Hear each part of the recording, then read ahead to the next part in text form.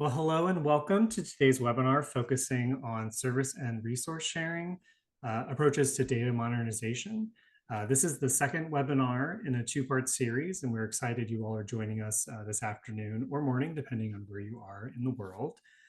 We are able to host this event through the Public Health Infrastructure Grant funding that has been made available to us. And FAB would like to express gratitude for the CDC's commitment to strengthening public health infrastructure nationwide and allowing us to provide this type of programming to the field.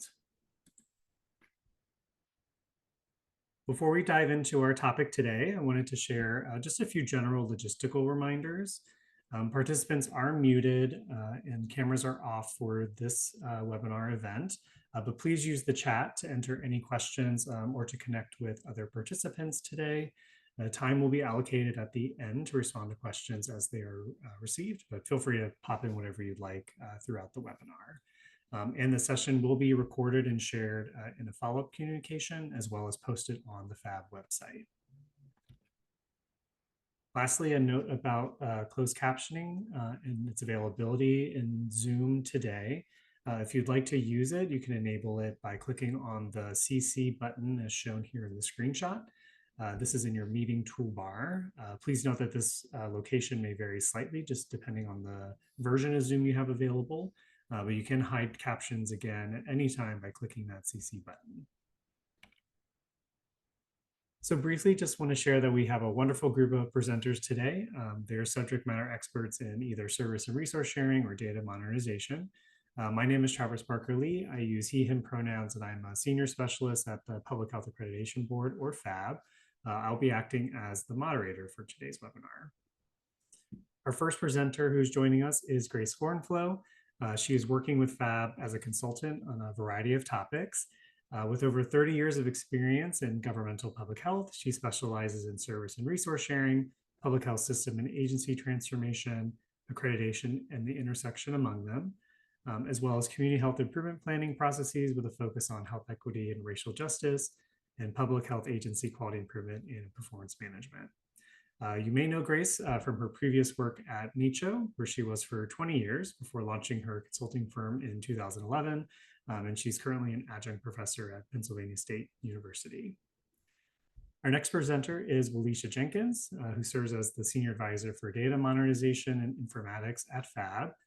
In this role, she supports FAB's data modernization initiatives, plays a key role in launching the Public Health Data Modernization Implementation Center program, more on that later, and leverages her expertise in informatics strategy, equity-focused programs, and capacity building to strengthen public health infrastructure. You also may know Walisha from her previous work as the Data Modernization Director at the North Carolina Division of Public Health, where she led the Centralized Health Equity Data Initiative and established the state's first historically Black colleges, universities health equity data consortium. And our final presenter today is True Taylor, who is the Director of Health Data Analytics at Guidehouse and is the technical lead for the Guidehouse Implementation Center, which is one of the 3 public health data modernization program centers that we'll talk about today. She leads public health data modernization and enhanced interoperability activities to support federal, tribal, state, territorial, freely associated states, and local public health organizations. True leverages her past experience in laboratory science, surveillance, epidemiology, and informatics at health departments to support acceleration of health data exchange across the public health ecosystems. So hopefully you can see that we have some amazing subject matter experts to talk about our topics today. I'm very excited to hear more from them as we progress through the webinar. So here are the objectives we hope to accomplish today. I'll give you a quick moment to review them on your own. And really spending time on that last point, sharing examples that are illustrating the systems and technology domains of data modernization. And then this is how we'll spend our time together today, this afternoon. Since we went over similar content during the first webinar, we're just going to provide more of a recap of some of the grounding and contextual details first before we dive into those examples. And as a reminder, feel free to enter questions you may have into the chat at any time. And we'll address those during the Q&A portion.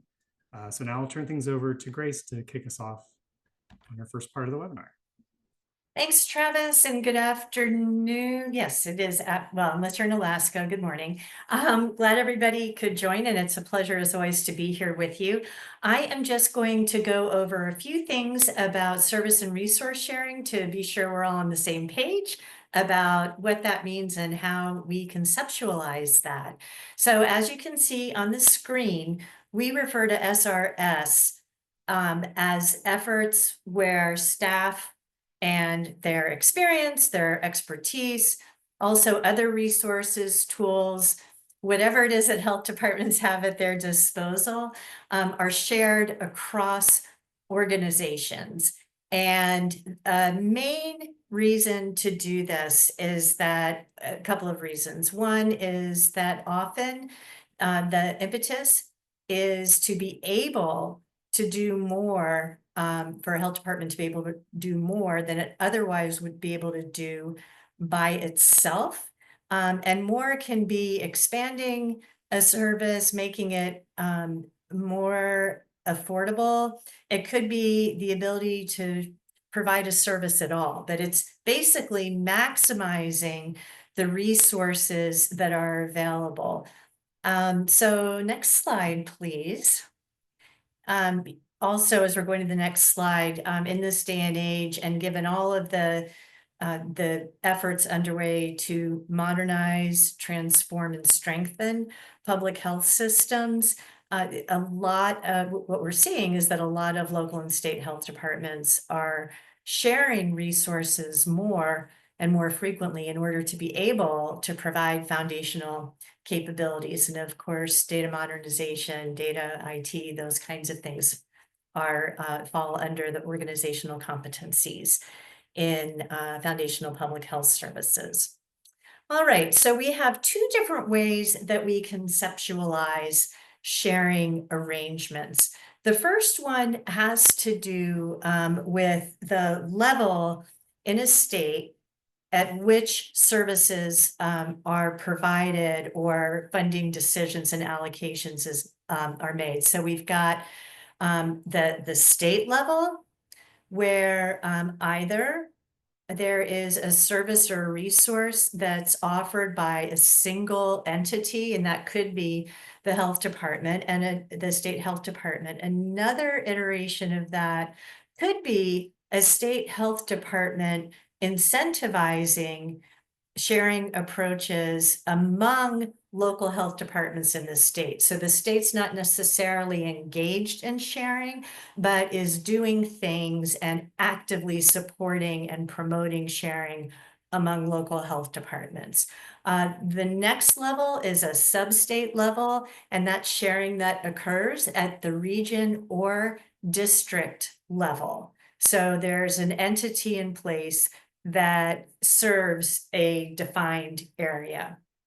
And then finally, local approaches, those are when two or more health departments on their own, on their own volition, or maybe they were incentivized, but it's when two health departments work together, two or more, to share resources. Now, as I've described this, you may see that there's some overlap, or it seems like the same kind of arrangement might be categorized in more than one place. You're absolutely right. We do not seek to categorize any effort that we hear about.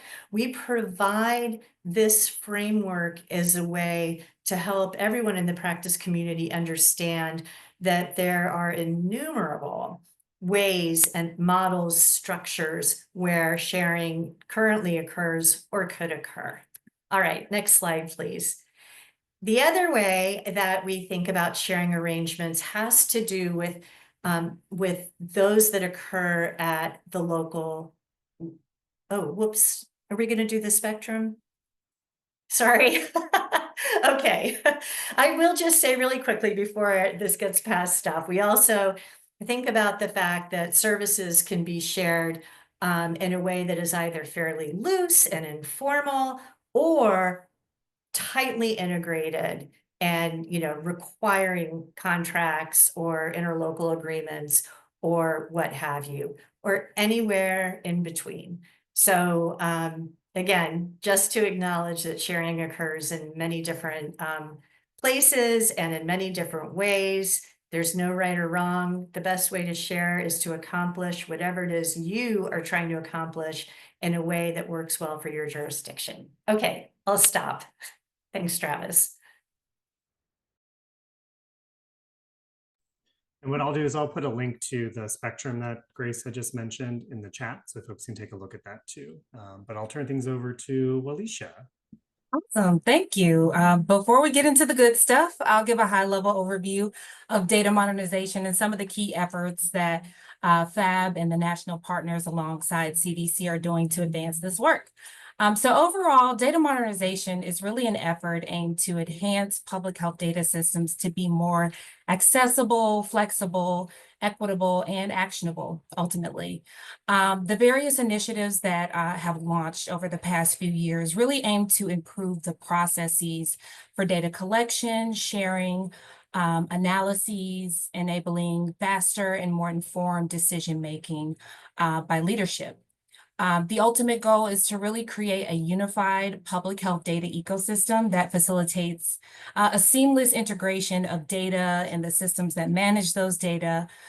This unified approach really aims to transform public health into a proactive force, as I like to call it, enabling the identification and resolution of issues before they escalate, while also enhancing the capacity of public health agencies to minimize harms when challenges do arise. We can move on to the next slide. There have been lots of efforts ongoing over the years, as I mentioned before. The Data Modernization Initiative launched in 2019.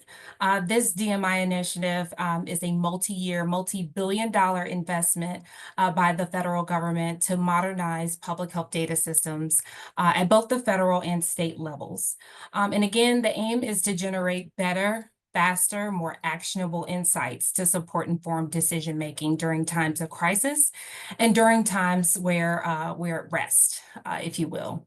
The CDC's public health data strategy really lays the groundwork for how this work is to be operationalized, giving us steps and guidance on how to ensure that we have real-time data or nearly real-time data collection, analysis, and dissemination, steps to help us progress towards better systems interoperability, improving data quality, and really focusing on standards for integration.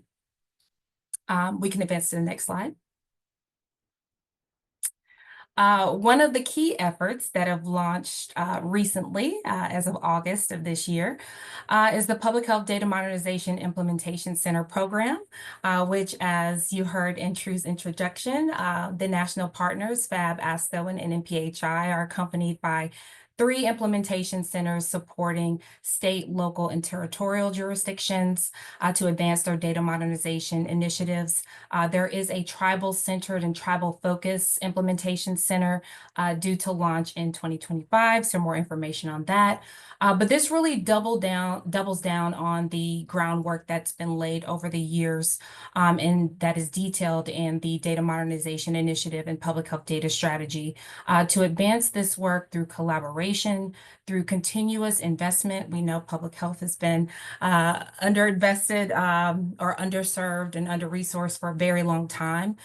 So this program is really an attempt to marry that lack of investment over time with technical assistance on a one-to-one basis for approved implementation projects, as well as broader community support to provide as much guidance and support for different jurisdictions advancing their individual public health data modernization activities and initiatives. So that's my spiel. I'll pass it over to True to talk a bit more about technology. Thanks, Felicia. Good afternoon, everyone. I'm True Taylor from Guidehouse. And before we dig deeper into our focus for this webinar, which is specifically technology, I'd like to recap the key domains crucial for public health data modernization, which are people or your organizational workforce, process, so the workflows and procedures that structure and streamline the operations, governance. Now, this domain is often lumped in with process in most people process technology models, but it is an imperative facet for public health organizations. So it's been pulled out as a separate pillar for our purposes. With governance referring to the agreed upon operating frameworks, including data and IT governance.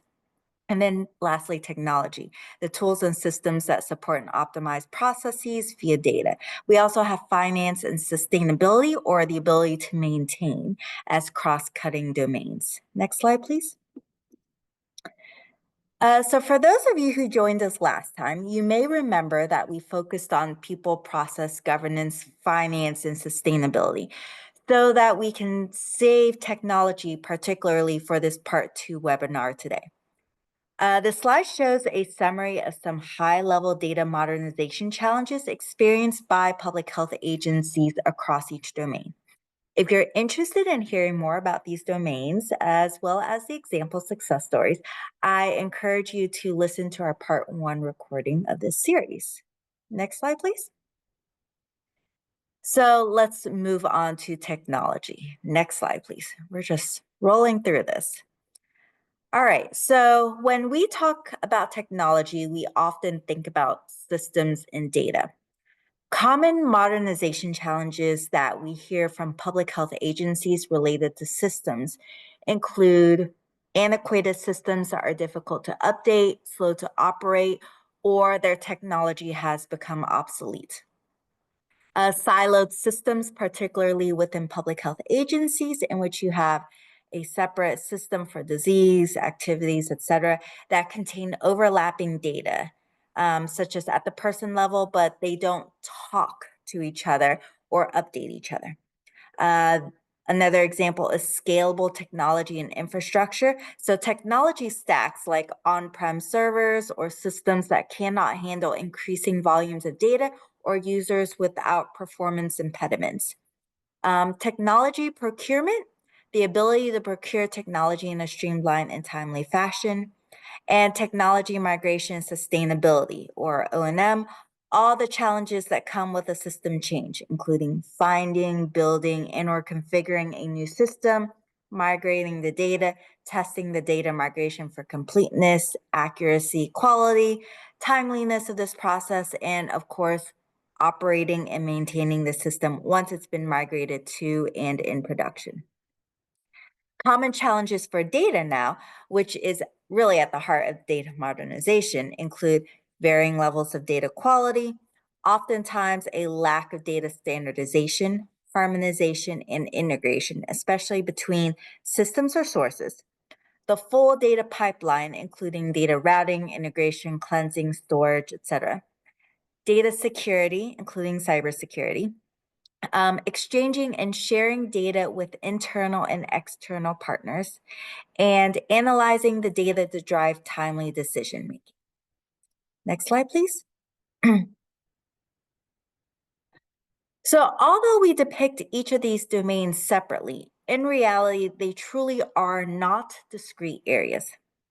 This is especially valid for technology because we cannot even discuss technology without touching on its dynamics with people, process, governance, of course, finance, and sustainability. For example, a common challenge for many public health agencies is the availability of IT staffing for the current, much less data modernization needs, right? For processes, developing and implementing standard operating procedures for technology processes, so continuous monitoring, for example. Being able to get IT involved in a new technology project, or even having them prioritize your IT needs when they have a queue of them to address. IT governance and data governance, including the legal facets of data use, sharing, et cetera, definitely overlap with the governance domain. And for sustainability, we alluded earlier to ensuring the operations and maintenance of systems to support business continuity for the public health agency, which can be costly, hence the finance intersection. But another challenge is how to build or implement systems and tools that will stand the test of time, given the rapid evolution of technology nowadays. Next slide, please. So service and resource sharing certainly plays an important role in public health data modernization, and technology is one of the most useful domains in which its benefits can be realized because oftentimes there are tangible products or services that can be shared. These benefits can manifest as streamlined operations. A unified approach to operations through shared services can reduce administrative burden or overhead, reduce human errors, and can lead to better and faster decision making. It can leverage economies of scale. So, consolidating functions and resources across like groups or organizations can reduce duplication of effort and achieve economies of scale. Improve service quality. Centralizing functions allows for better monitoring and management of performance, which can then lead to more reliable and responsive service. Enhance operational efficiency. So, when everyone is working from the same or similar platform or using the same service provider, it can make sharing information and working together on projects so much easier. Additionally, shared services can allow organizations to scale up or down as needed without major organizational changes. Provide new capabilities. So, shared services or platforms can rapidly provide an organization with new technologies or capabilities that they did not have access to before.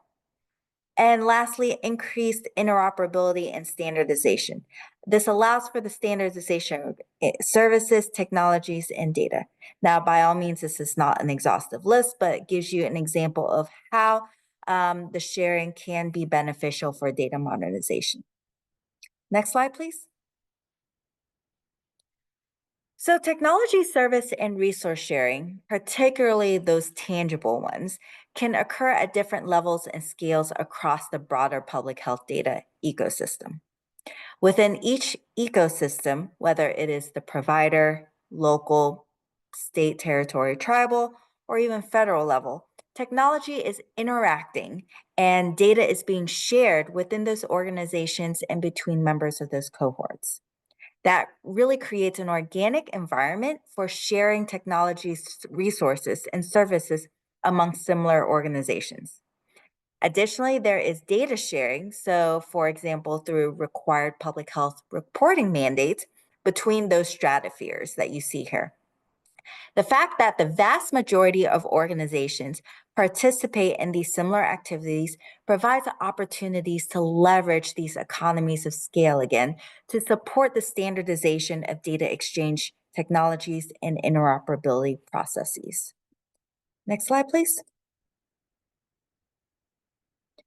So now we're going to get into the good stuff. We're going to provide several examples of technology service and resource sharing across these different scales. Next slide, please. So our first example is with Oregon Health Authority and demonstrates the sharing of a technology solution across the agency as an enterprise-wide application.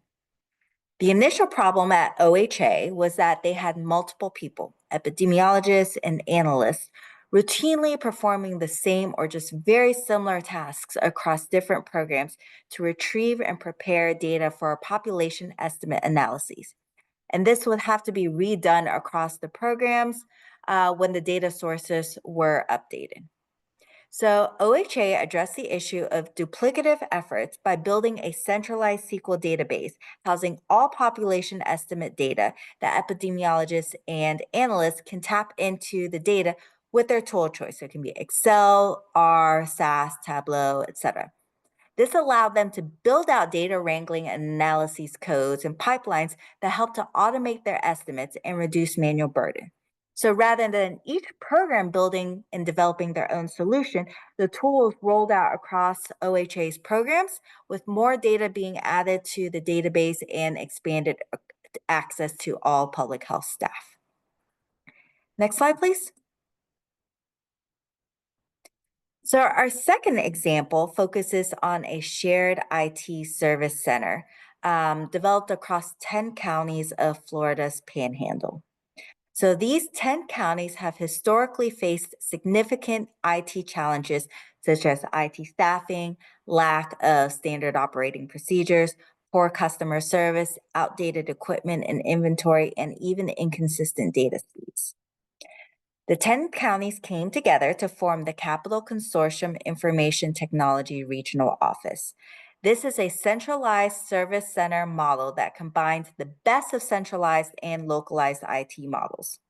This office provides essential IT functions to all of its member counties with a structure that is lean, flat, and based on best IT practices, and was cost neutral for member counties that contribute to its budget.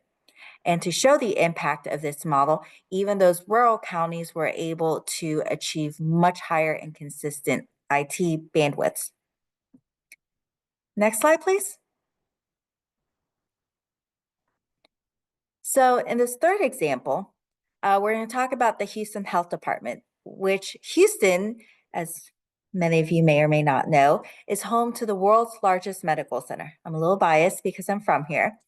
And they had a syndromic surveillance system, RODS, that was becoming antiquated and challenging to operate and maintain, especially during the time when meaningful use was gaining a lot of prioritization, and as a result, increasing the volume of healthcare participant and messaging. There was therefore a need to expand data sharing with other Texas counties as well. So what did HHD do? They implemented a two-pronged strategy to reinvigorate their syndromic surveillance program through shared mentoring with Tarrant County or Dallas. So as part of this two-pronged strategy, they first replaced their legacy system with a state-of-the-art Essence system from Johns Hopkins. And secondly, they worked with the surrounding 19 counties from Southeast Texas to create the Syndromic Surveillance Consortium of Southeast Texas.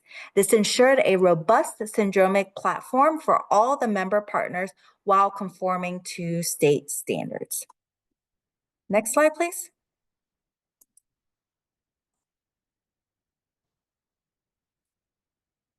In this example, and following with our scale spectrum, there are shared services and resources even available at the national level, right? We talked about the state level, across the state, even at the local level, and now let's talk about the national level. This example pertains to the IZ Gateway platform provided by CDC and the Association for Public Health Laboratory for public health immunization programs. So many of you may know that APHL serves not only public health laboratories, but also wider public health programs across public health agencies.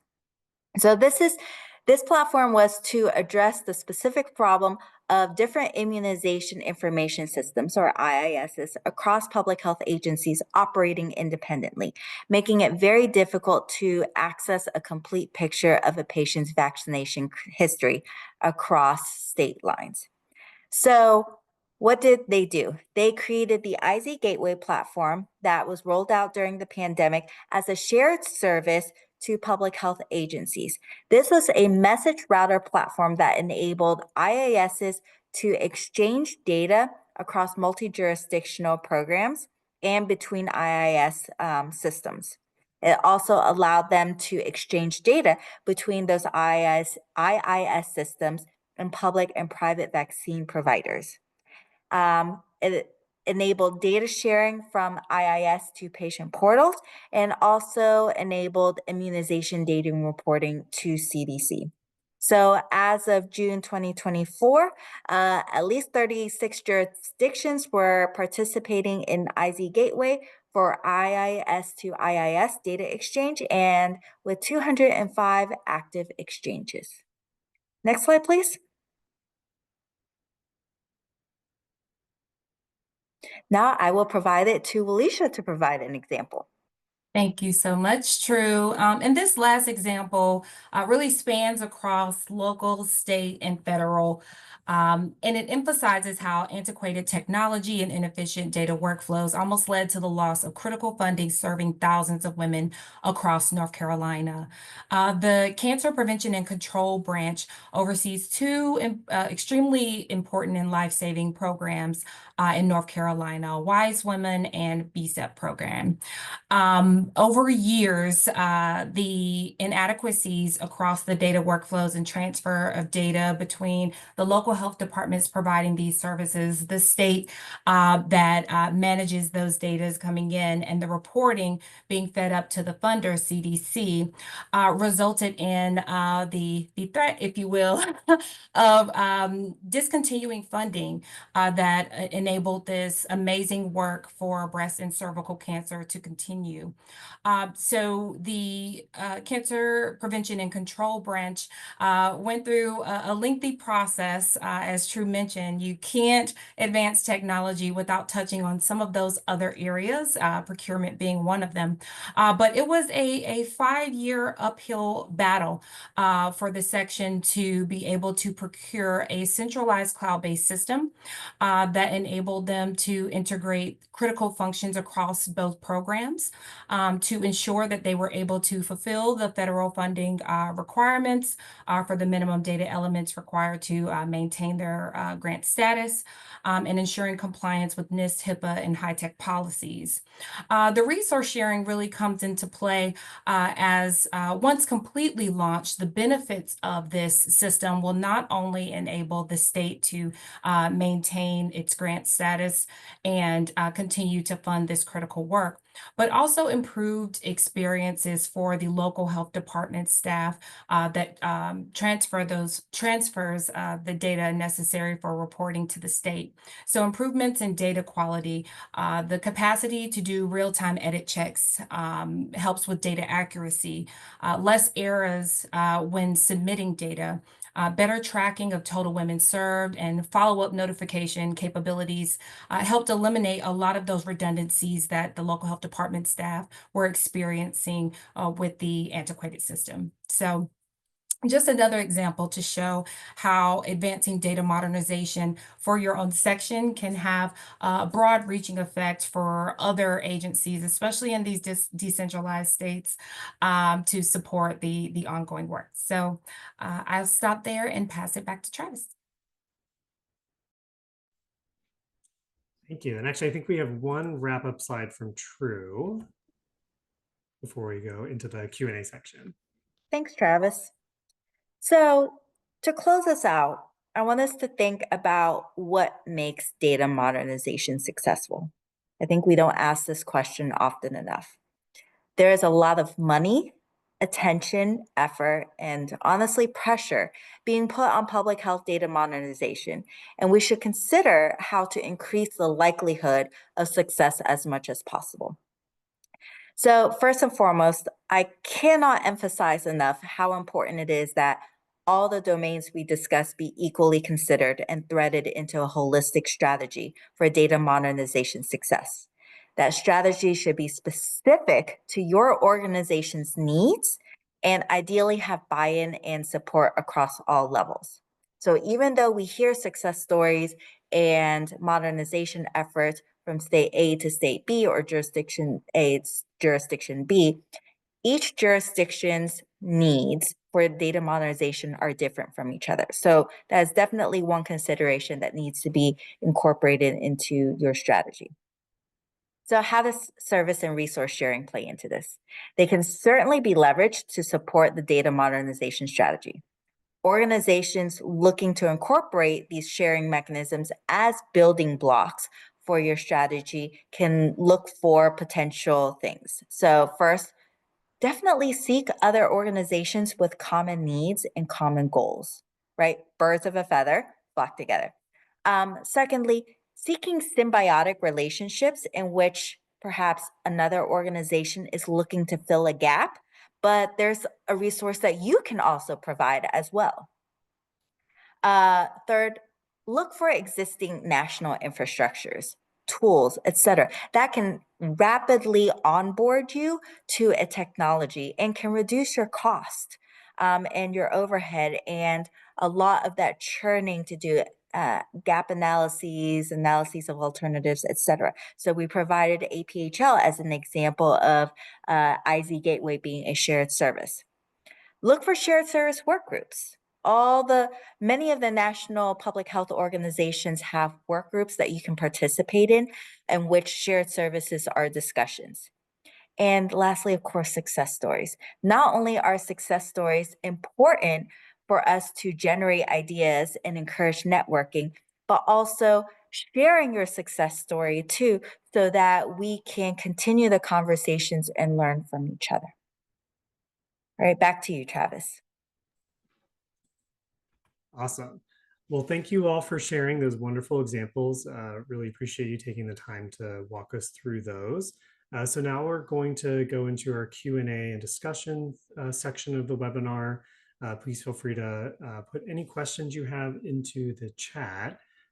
We have about 15-ish minutes if there are questions. As folks are thinking of some, I do have a just general question, and maybe one or each of you can provide a little insight into it. But we hear from health departments, especially around the technology piece, that it's just tough to get started. So wanted to see if you all had maybe a couple of recommended steps on how folks can start thinking about this work and just kind of all the planning and upfront thinking that needs to go into before standing up anything around technology, especially if you're sharing any data and things like that. So I'll see if anyone would like to respond to that first. Alicia? Thank you, True. I would say some of the first and initial steps that you would want to take before kicking off a data modernization project would be to reach out to your stakeholders, identify who the stakeholders are. True made a great point, thinking about how your capacity can benefit a group that may be having a particular challenge, and one of their capacities may fulfill a gap that you may have within your section or organization. So identifying your stakeholders, communicating with end users that can help you tell the story. A lot of times when it comes to decision makers, they want to hear the story through impact. So when we're talking about improving data quality at the state level, who uses these data and how does it advance their work? How can doing things better help progress the broader initiative of having a healthier, more data-informed society that can make decisions about their lives and their health with the data made available through their state and local health departments. So identifying stakeholders, engaging end users, and ensuring that the steps that you're trying to take are smart. So not trying to make super drastic changes right off the gate. Sometimes it's easier to dissect and have that incremental progress towards a broader initiative when and if possible is a key to really getting things off the ground. Sometimes things being very broad and having a really big picture mentality makes it hard to really understand where to start. And also just identifying and understanding what these standards are and the resources that are available to you as far as how you can leverage any standards that exist, whether it's HL7 Fire, USCDI, really understanding the landscape and how to move towards those common standards can really open the gates of the realm of possibility around what you can use data for in your particular domain. So those are some recommendations I would make for initial steps. True, any thoughts on how Thanks. to get started? Oh, I absolutely agree with you, Alicia. And what I'll add to that is, I know we get tired of hearing gap analyses. And I know that a lot of times gap analyses don't then extend to tangible projects or something that comes to fruition. But planning is really, really important for data modernization. What I tell my my cohorts, my jurisdictions, the groups that I work for, whether it's private or public sector, that are engaging in public health or that are engaging in data modernization, is to first go through and say, okay, where are we at? Then map out where do we want to be.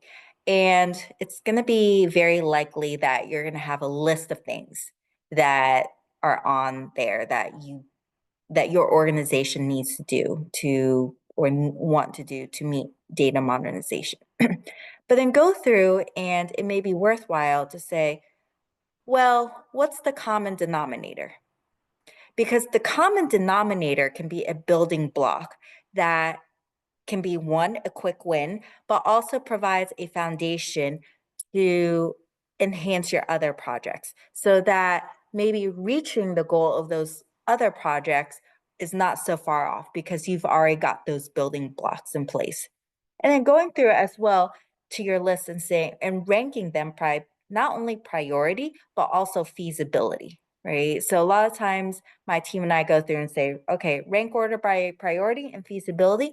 And then together, what is really feasible, what is really high priority. And that may provide a mechanism for you to figure out which projects are really quick wins, low hanging fruits, things that may be high of high importance.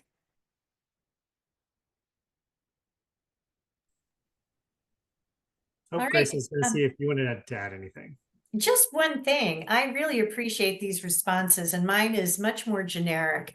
And that's only to say that if you take a look at our roadmap for sharing services, that could be a handy tool both for the initial conceptual planning as well, because it takes you through sort of a feasibility study um, kind of a thing, and then also some specific steps in planning. And the benefit of using the roadmap is that it makes sure that you check off, if you will, all the necessary boxes about the various things to think about in a very generic way. What True and Alicia shared is so important when it comes to the specifics around data mod, but these are other more generic items to consider you'll find there. And to the degree that shared staff are involved in whatever agreement is reached and whatever sharing occurs, we also have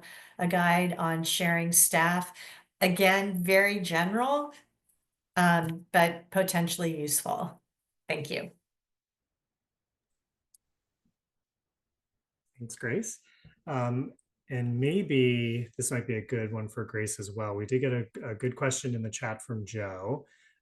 So this is dealing with kind of the varying sizes of health departments that are sharing. So I'll just read it. I was wondering if you have any suggestions in supporting system-wide data modernization efforts across partners with different levels of expertise and capacity. We see this a lot across the country, but while we have some larger health departments across the state, many of our local health departments are quite small and have very limited capacity, resources, and experience. So given the distinct range of these situations across partners, how does one identify and balance a solution that meets all needs? And that is something we run into a lot when it comes to service and resource sharing. It is. I'll jump in really quickly, but then I'll defer to Alicia and True again for more specifics. What I will say about this is that everybody, when you have different size health departments and different skill levels and all of that, everyone has a very significant concern. And the larger health departments tend to be afraid that that they will be basically paying for the work of the smaller health departments for whatever the service is. They're afraid that they are going to and either suffer from death by 1,000 cuts or just outright have to devote big chunks of time and energy that they're not necessarily getting paid for. Smaller health departments, on the other hand, are really concerned that typically that they will be dominated, that they won't have a say, that somebody's, that the larger health department will just do for them instead of working with them and making sure they can do what they can. And they're also afraid that their needs aren't going to be met because they also are smaller and they do serve smaller jurisdictions, and they're concerned that perhaps they won't be viewed as a priority. So that's the only thing I was going to toss out there. I think kind of understanding that everybody has a concern can be helpful when you start thinking about, you know, how to make sure that, that form follows function, that you figure out how to balance, and that's going to drive what your agreement looks like. And I'll turn it to Alicia and True. Thanks, Grace. I really agree with everything you've just said. And I would strongly advocate for creating a shared space where you can discuss the various needs across your entities and really come up with a solution and an approach that's flexible and scalable, and that the progress is modular, which will allow for the local health departments of the various sizes to adopt components of the plan that align with their capacity, their needs. The larger departments, entities, or even the state can utilize advanced functionalities or advanced components of the plan. So really just having that flexible approach and designing a plan that allows for modular advancement is a great idea. Assess the various needs through, of course, a needs assessment. This is similar to True's comment about a gap analysis. You got to understand where the needs are, where the gaps in capacity or technologies are, and then really have a tiered type of support model. So as you generate solutions, as you adopt technologies or processes or new governance models, just ensure that it's designed in a manner where the smaller health departments can have, a simplified version that's really addressing their essential needs, may have a robust training component that may not need to be leveraged by the larger health department or by the state. But as you think about the solution, just ensure that it has that component to accommodate those smaller health departments. For the semi-large, if you have them in your state, they could leverage potentially more of the integrated tools. They may have more resources and expertise in-house to leverage a broader spectrum of tools and resources that may be made available depending on the solution that you identify. And then for the larger, they can adopt probably new processes more rapidly, and be a bit more innovative and have more resources to take a few more risks, and leveraging some of the more advanced solutions that you all may choose to adopt. So those are just some initial ideas. I would definitely say a needs assessment, creating a shared space to understand the broad scale, and then coming up with a flexible approach that allows for modular progress.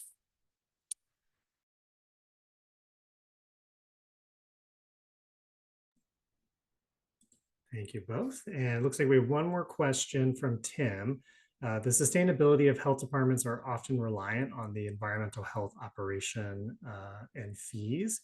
As this can help with sustainability, how do you see the DMI activity? How do you see DMI actively including environmental health daily operational data? I will turn that over to either True or Alicia. That is outside of my realm.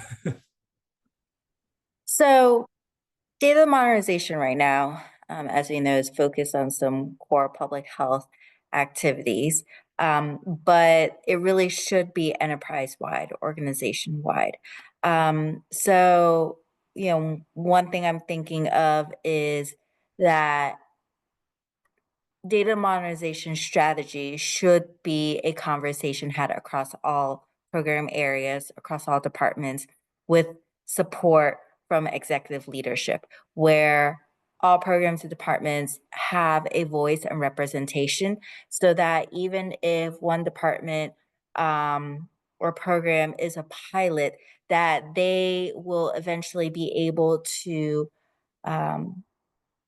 experience the benefits of the public health modernization strategy as a whole. Because eventually, just as we see with CDC, it could start off with some core public health activities, but the goal is for all programs to be touched by it.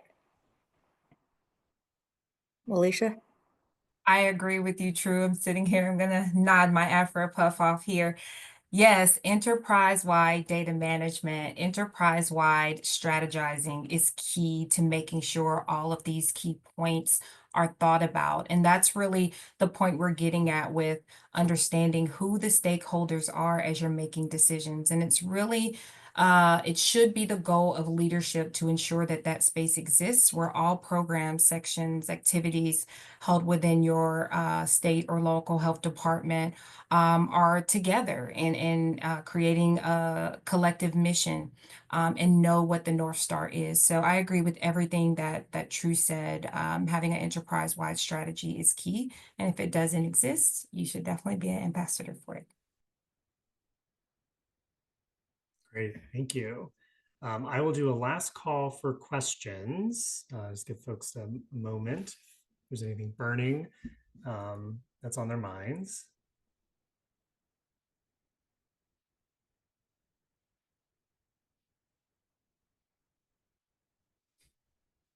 All right, well, I'll put up a email address shortly where if you do think of something after the fact, please feel free to reach out and we're happy to get that answered for you.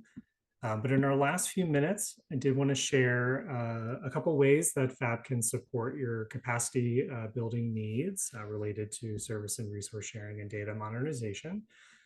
So through some strategy and implementation, consultation, and facilitation that we offer, we are able to assist with diving into a specific data challenge to explore root causes and possible service and resource sharing solutions related to those causes. We can provide support utilizing our tools for transformation in your data modernization efforts with service and resource sharing as a possible solution. And then as what was mentioned earlier, the Public Health Data Modernization Implementation Centers provide support with the adoption of the latest health IT standards and participation in data exchange networks. And that's open to both FIG recipients and non-FIG recipients. So like I said, if you would like to reach out to us to discuss any of this or to if you have any other questions after today, you can email us at this email address here on the screen. And as you've noticed, we've been sharing some things in the chat link-wise, but we'll also be sure to share those in a follow-up email too. But we do have a service and resource sharing website that has a bunch of the tools mentioned in the chat, but also some general fact sheet, assessment tools, and sample agreements available, as well as those success stories that True highlighted as well. You can find some of those on our website. We do hope you utilize the resources and read the stories, and we hope that they're helpful in your work moving forward. Again, here are some of the important links. We'll share this in the follow-up so you have access to those easily. And then lastly, we do have an upcoming webinar that may be of interest. We do hope you'll join us in the new year with some of our new learning opportunities available. So with that, I want to thank you all for joining today's session, give you a few minutes back in your day. We do hope the information was informative to support your work and you can apply it to your efforts. Please join me in thanking Grace, Felicia, and True for presenting and doing an amazing job. Really appreciate all the work they put into the presentation. And please be sure to connect with us on FPHAB social media accounts. You can see those on the screen. We do invite you to provide feedback using the evaluation link that's been posted into the chat, or you can scan the QR code on the left here. The feedback provided about today's session will provide us with valuable insights to inform future sessions. And if you aren't already signed up to the FABI newsletter, you can do so by by using the QR code here on the right to be quickly added to our distribution list. Thank you all again for your participation. Really appreciate it. And you may now disconnect. Have a good day, everyone.